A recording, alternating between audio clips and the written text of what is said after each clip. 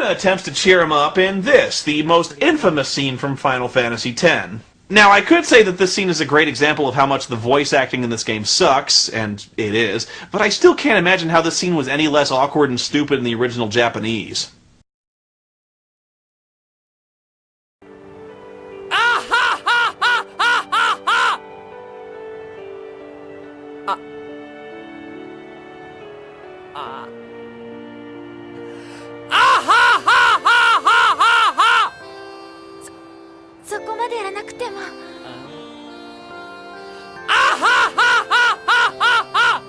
Mystery solved. It actually sounds worse.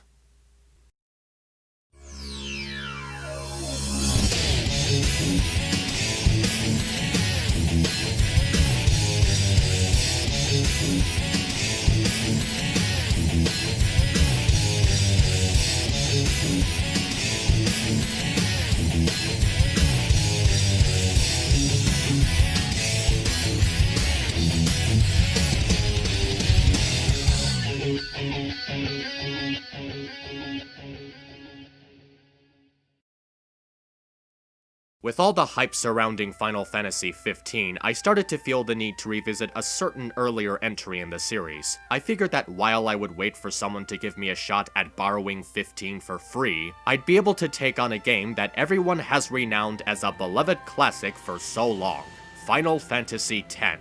Since its release over 15 years ago, it has been regarded as the pinnacle of RPGs and one of the biggest games of its generation. I admit to playing the game several times at different points in my life and decided to try it out for the nostalgia factor. So, I borrowed the game, brought it home, popped it into my PS4, I started playing it, and I immediately regretted my decision. I'm not holding back any punches here, folks. This game is bad. Like, really, really, really bad. I mentioned earlier that I decided to come back to this game based on the nostalgia factor, and that nostalgia factor was merely acting as a filter for how poorly this game aged. People praised it back in the day, and with that in mind, it's aged horribly. It's aged as well as the graphics from 25 to Life. It's aged as well as Channel Awesome. It's aged as well as Doug Walker's antiquated views on the art of storytelling. I did not like this game as I played it for this review, and looking back at it now, if it wasn't for the sake of kickstarting the boundaries of what else I can do with my channel, I wouldn't have even brought myself to finish it. It's aged that fucking badly. The story, like any Final Fantasy, is set in its own universe separate from the others. A boy named Tidus is enjoying life in Xenarkand until a giant monster attacks his home city and he's thrown into the fight of his life alongside his childhood guardian, Auron. The two are then teleported 1,000 years into the future, where Tidus learns that the monster who attacked him and transported him was Sin, a monster created from the sins of humanity's actions. Armed with a sword and a horrible sense and fashion, Tidus joins up with a cast of not-so-memorable and not-so-well-written characters, and some surprisingly well-written characters, as he embarks on a quest across Spira to defeat Sin and bring calm to the world. As he travels across the world of Spira, he's building a relationship with Yuna, the summoner destined to defeat Sin by collecting all the Aeons. But as the journey unfolds, more and more tragic factors are revealed, and Tidus must find a way to save Yuna while also searching for a way to defeat Sin, who turns out is his long-lost father, Jet. I know that Noah Antweiler, aka Spoony, had already talked about this game like a long while back, and he's gone into a lot of reasons as to why this game was a waste of time. But I can safely say that I've had my own experiences with this game, so I'll try to avoid anything that's already been said. First is the story, and by God is it bad. First off, the pacing is beyond slow to the point of boredom. A lot of the narrative consists of either lame dialogue or just restating things that have already been made apparently clear earlier. Some settings take up more time than they should, which gives the sensation that you're in one place for too long, and half the time it contains story arcs that don't tie into anything. The Operation Machina or whatever just feels like an excuse to pad out the game's lifespan with an entire sequence that doesn't even add anything to the overall setup. As a matter of fact, the story itself mostly acts as if it never even happened. It's hardly ever brought up again, and it doesn't have any impact on the characters. Oh, there's this one scene where Titus and Auron talk about the pressure of Sin being Jet, but that could have easily been done without a segment that was crammed into the game just so we can fight a giant crab boss. The way that the world of Spira is explained also just doesn't feel interesting, and it doesn't feel practical. And it's mostly brought upon by far too many religious taboos. I'm not kidding, the game practically revolves around the Yevon bullshit. We are told that Yevon is against certain types of technology, but then we see that technology constantly being used for their temples and their militaries. All this time and no one has questioned this technology even once? They tried to make it interesting by telling stories of the past, exploring their culture, and giving us lectures on the landscapes you come across, but the people of this world are so oblivious and so bland that it's difficult to feel interest in any of their customs. They don't even go into any actual detail about the stuff you come across. They just say that it's all part of the fight against sin and it's tied to their Yevon religion and this and that, and that's pretty much it. The tone is also so boring. The stakes are set high with a hopeless fight against a world-destroying demon, and yet the story just drags on and on with so many pointless plot points, such as playing a crappy game of blitzball, a non-existent subplot involving these Ronso creatures, and a drawn-out, and I mean very drawn-out, walk across the Thunder Plains. Half the time the pacing is so confusing that it's criminally rushed at times. Several plot points tend to happen off-camera and are never elaborated on, so it feels like the writers were just hand-waving away half of what was going on. Which is hypocritical since they're willing to spend most of the time going into detail for boring stuff you wouldn't possibly give a shit about. And I could tolerate the existence of this incredibly boring and incredibly preachy story if I could actually skip any of it. So many of the cutscenes in this game are way too long, even for the necessity of the narrative. You can't skip any of these cutscenes, which is extremely painful if you keep getting killed by bosses or overpowered enemies, and there's at least 11 hours of them. 11 fucking hours! 11 hours of either staring at the screen in boredom or checking your Facebook updates or scrolling through your phone waiting for the boring-ass narrative to wrap itself up.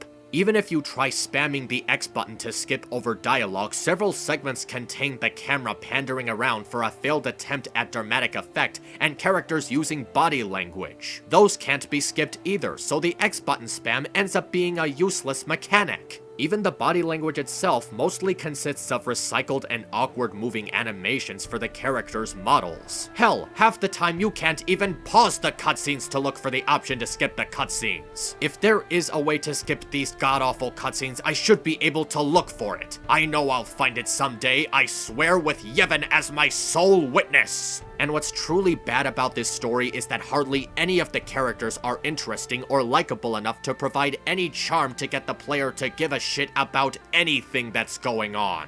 Let's start with Titus. And I agree with all of you in saying he's bad. Like, this is one of the stupidest protagonists ever conceived. I would have excused his lack of knowledge considering that he was transported to a time period that he probably wouldn't have figured out how to survive in, but it eventually becomes inexcusable by the knowledge that he goes out of his way to make a fool of himself. He's not an idiot because he doesn't know anything about where he is or what he's supposed to do. He's an idiot because that's exactly the way he's written. And not only is he an idiot, but man, he is a whiner. All of this is your fault! Getting swallowed by sin, ending up here in Spira, not being able to go back to Xanark, and everything! I'm telling you, it's all your fault! What a baby. And his story arc involving his hate for his dad has plenty of that. He hates his dad because he was always getting his mom's attention and because his mom died when he went missing and for not always being supportive of him. I was willing to understand his dislike for his dad, but when it becomes the only thing he talks about and has inner monologues about, it gets old. We never really get any depth into his relationship with his dad outside of his constant complaining about him, so a lot of the time Tidus's hate for his dad just feels selfish and forced. Especially when we see what Jet was going through during his journey with Auron and Braska. He keeps saying that this is his story in a vain and desperate attempt to convince you that he's a relatable and deep character when the narrative is more about Yuna's pilgrimage and Auron's redemption. Everything about him just feels completely forced. Even this big reveal that he's supposed to be some kind of made-up dream and how he can't be with Yuna because he'll disappear after defeating Sin and none of it is ever explained in a way that doesn't kill your brain cells while trying to comprehend it. The story is practically under the delusion that Tidus deserves everyone's attention and that his romance with Yuna is the emotional highlight of the game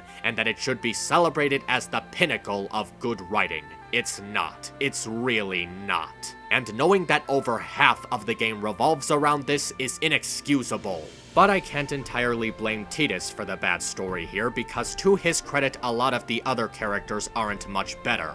Let's start with Wakka, and let me be the first to say, fuck this guy, because somehow, impossibly, he manages to be a worse character than Tidus. At least Tidus only has the attributes of being stupid and annoying. Wakka, on the other hand, is stupid and annoying, and an asshole. First off, he seems more concerned with playing a stupid ball game than fighting Sin and being a good protector to Yuna. How do I know this? Because he literally announces it. I became a guardian to fight Sin, yeah? Revenge, then? That was the idea. I'm more worried about a stupid game now than avenging my brother. He's just as whiny as Tidus, always blaming other people for his own problems. But aside from that, he has to be a complete religious nutjob as well. Every other second, it's Yevon this and Yevon that. I know the other characters talk about Yevon too because that's a major religion of their world, but Wakka never shuts his mouth about it. Oh, and he's also a fucking racist. He detests these people called Al-Bhed because of how they're supposedly against Yevon to the point that he would lash out at anyone he'd even suspect of being part of their group. We're not using that, are we? Wait, Sir Auron is an Al-Bhed too, is he?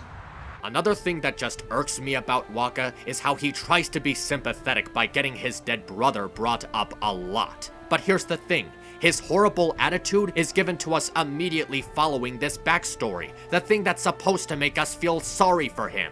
And the game hardly even brings it up again when we start getting scenes of him being a Yevon fanatic. Even after it's revealed that his religion was made up by a cult of psychopaths, he still has so many moments of addressing Yevon as just, or speaking against the Al-Bhed. Half the time I completely forgot he even had a dead brother because the game drops it halfway through, and in several instances I almost thought he was a completely different character because of how disrespectful and insensitive he is. There's a scene where the Al-Bhed begins singing the Hymn of the Faith in his presence, revealing that they were never against Yevon at all, merely having personal ways of fighting Sin.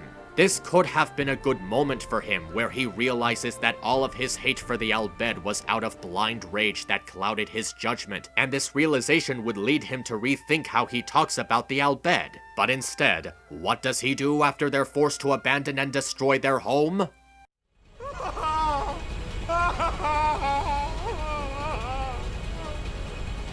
Hartwundank. Frideku ipwid makina. Ektolipa piamdaf. Wika? Hey, look, don't get so down. Boom! Like happy festival fireworks, yeah? You suck! And that's not even the worst of it. You thought he was bad before? Get a load of what he does when it's revealed that the leader of the Al-Bhed is Yuna's uncle. No harebrained law or teaching could send my little niece to her death. He called Yuna his, niece, right? I mean, so that makes her Al-Bhed, right? Yeah. Don't say it. What the fuck do you mean don't say it? She's supposed to be your friend, your adopted sister, you idiot! Wakka is literally everything I hate about America since the 2016 election. He is so obsessed with his own viewpoints that he's practically blind to reality. He is constantly dismissing logic and reason in the name of his beliefs, and it's a running theme for the story. What's worse is that everybody just seems to hand-wave his bad attitude off like he accidentally dropped a glass of milk or something. Why are you guys just standing there? Say something to him!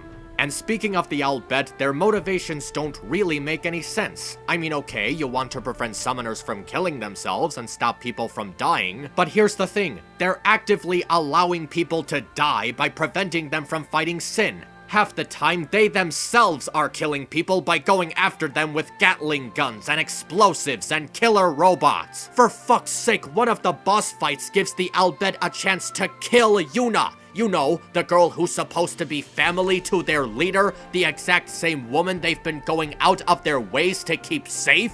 Ugh, it's just so fucking stupid. And don't even get me started on Kimari. I say that because there's absolutely no way for me to talk about him in any detail. Of all the characters, he is by far the most pointless. He has no significant impact on the party, and he doesn't even really have a distinct personality. Oh, what's that? He's the quiet and brooding member? Orin is the quiet and brooding member, and he has more of a backstory to make him interesting.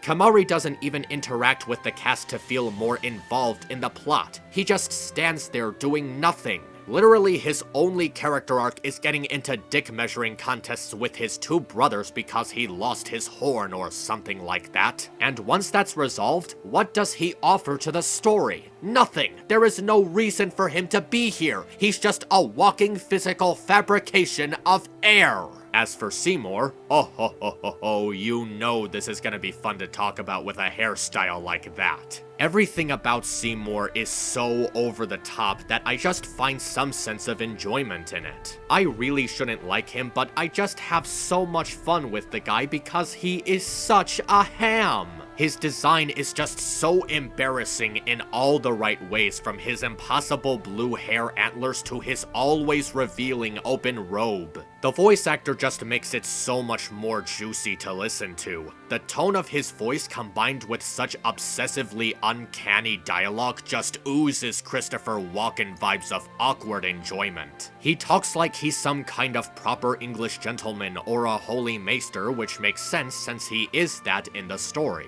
And what's most hilarious is that his diabolical plan makes no fucking sense. Get a load of this. He wants to kill everyone to relieve them from the misery of mortality. Yeah, it's always been a dumb villain motivation, but here, it makes even less sense. We're told throughout the story that people in this universe don't really die. They just go into a coma and come back as a monster, only able to go to the far plane if a summoner sends them. So if Seymour kills everyone, there's no summoner to send them, which means everyone is doomed to a never-ending cycle of unhappiness. It is literally so badly thought out that Seymour would accomplish the exact opposite of what he wants. Oh god, this game is so stupid. Most of the other characters are either just padded in for the runtime, not fleshed out very well, not interesting, or some combination of the above. Aside from a handful of surprisingly well-written characters, this story just has absolutely nothing to offer with any sense of interesting integrity. Even some of the culture and mythology that the game is trying to get you invested in is so vaguely explained or plays too much of a background role in the presence of the annoying cast that there's nothing worth grabbing your interest. Even the designs just look very uncanny and out of place. Whether they're overly revealing or just meshed together badly, the clothing in this game is so ridiculous that it doesn't even look like it fits in a fantasy setting. But none of this is important, as the deciding factor of any video game, the gameplay itself. And it sucks! How bad is it? Find out in the next part of this review.